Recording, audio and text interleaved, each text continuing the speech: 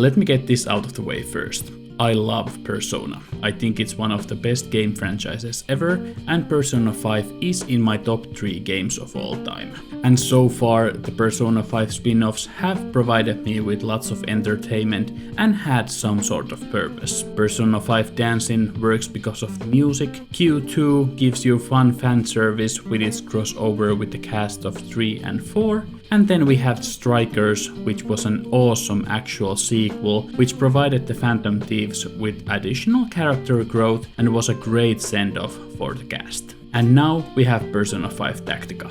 Before the release, I was really excited for it because, like I said, I love Persona, but I also enjoy tactics games. But unfortunately, Persona 5 Tactica ended up being one of the biggest disappointments I've played this year. But let's break all that down and I'll try my best to rationalize my thoughts. Persona 5 Tactica.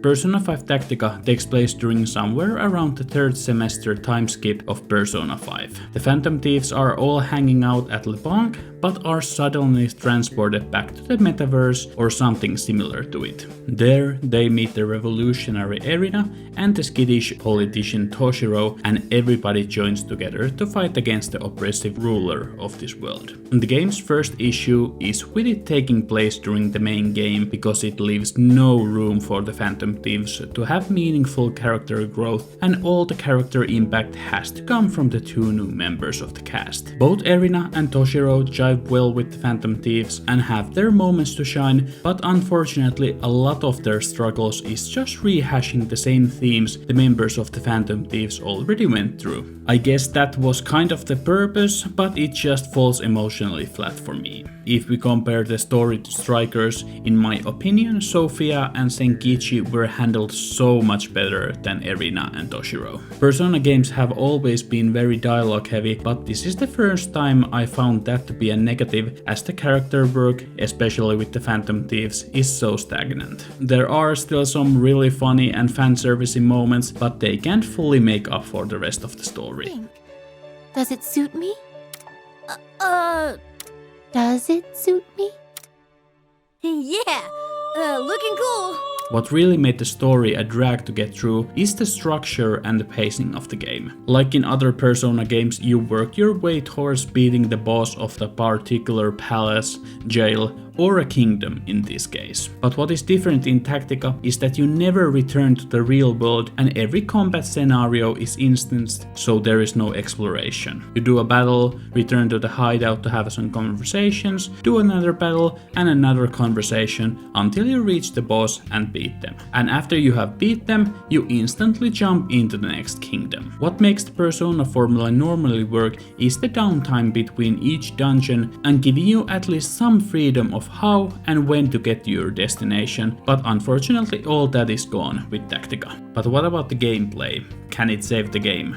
Well, no. I found Persona 5 Tactica's gameplay to be the dullest tactics game I've ever played, and for the most part it's ridiculously easy even on harder difficulties. The game's battles are very small scale and you only have 3 party members on the field at the same time. This creates the issue that there is usually only 1 or 2 optimal ways to complete each mission, and most of them boil down to stringing together one Morse with your melee, ranged and magic attacks until you can position your characters in a good places to execute an all-out attack, which in Tactica means creating a triangle between your characters and damaging all enemies inside it. The system just doesn't offer enough room for getting really creative and doing long-term planning, which is a shame. Another issue with the gameplay is the poor balancing between characters. Even with the smaller scale, movement speed is still king, as most levels have additional objectives of completing them as fast as possible, and that makes characters like Haru totally worthless with her base movement speed of 4, as characters like Morgana and Yusuke can have movement speed up to 7 or 8. And what if you really want to use psychic spells that Haru has?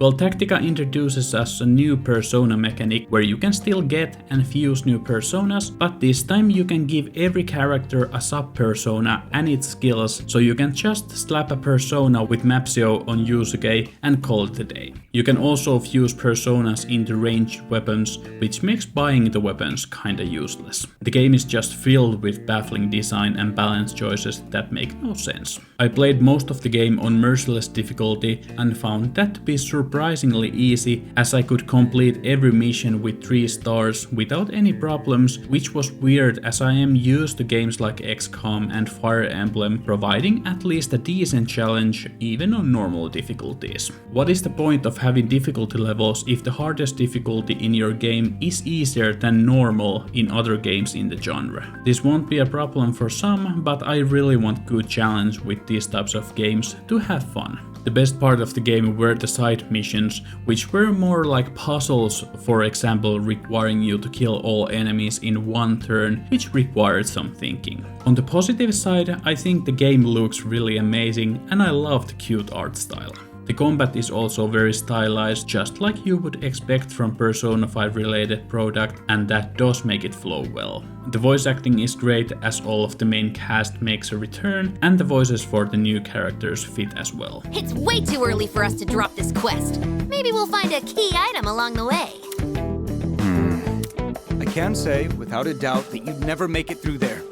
We should wait for a better opportunity. And who could talk about Persona without mentioning the music? The soundtrack is good, but it does not hit the heights of the base game or even Strikers. After 25 hours I did finally beat the game, and I would be lying if I said that I enjoyed my time with it. I was holding on to the hope that the story would finally capture me and the gameplay would turn a new leaf, and the game did get slightly better in the last 5 hours, but nowhere close to make up for the first 20 hours of boredom. It's so disappointing as I loved the franchise so much and the game had a lot of promise. I feel like if the game's gameplay was on a larger scale and if it was set after Strikers to be an additional sequel, it might have worked better for me. But games can't all be winners for me, and I just hope we are finally done with these spin-offs stretching the series too thin and we can start waiting for Persona 6. Let's show them what we got!